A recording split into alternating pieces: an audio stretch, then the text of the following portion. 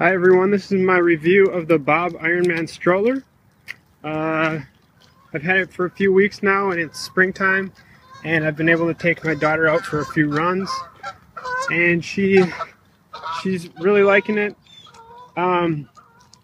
This is a great stroller because it has really nice rolling resistance, which means that it rolls very easily. It doesn't require a lot of force to push it. The tires are extremely light. I think the whole thing weighs about 23 pounds. And so far I'm pretty happy with it.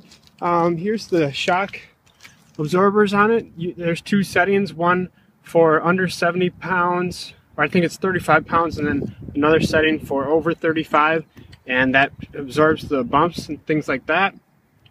But it's got this nice little view where you can see your kid in there and see how they're doing. Whenever I put her in here, she just falls asleep. It's got some pretty secure straps that really snug her in tight and keep her waist secure and her shoulders secure. And then I put some blankets on the side just to make sure that she doesn't bounce around in there. It's also got a little head thing called a boppy that straps in there that keeps her head in place, and it's kind of like a donut shaped thing. But even so, it absorbs the shocks really well. There's not a lot of jostling going around in there.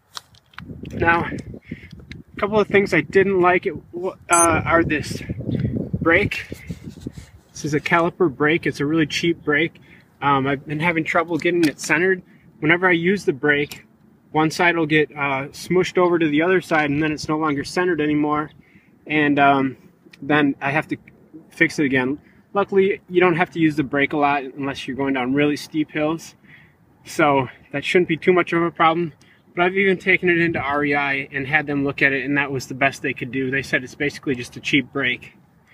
It works, but when you use it, then you have to go adjust the pads again, at least in my experience. Another problem I've had is adjusting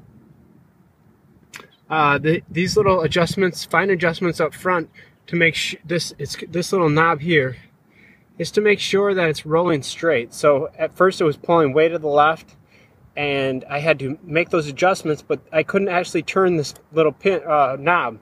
And I called the support line and she even tested hers out. She couldn't turn hers either. So I had to use a wrench, a pretty big wrench, because just a normal one wouldn't do it. And I finally got, I think it was just stuck to the paint. I finally got it rolling straight.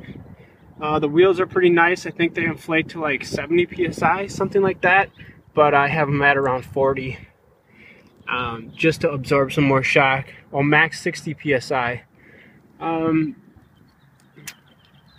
think I got it used or on an open box on Amazon for like $260, $270. Here's the brake up here. The handlebar is not adjustable, so whatever it's at, you're just gonna have to live with that. But the brake's here, and it folds up pretty nice. I'll have to put that in another video clip, show you how that folds up. This thing can come down to protect from rain and does a pretty good job at that. So that's just a quick look at it so far.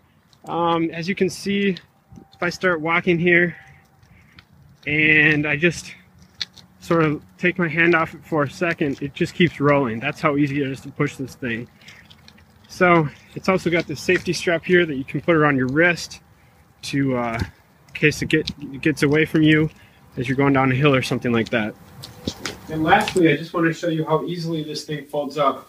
I've actually been able to fit it inside the back of my Ford Focus. So there's two handles right here. You just move those forward.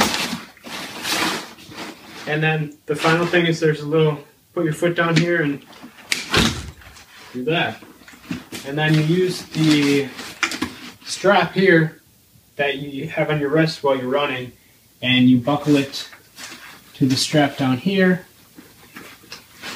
and then you can tighten it, and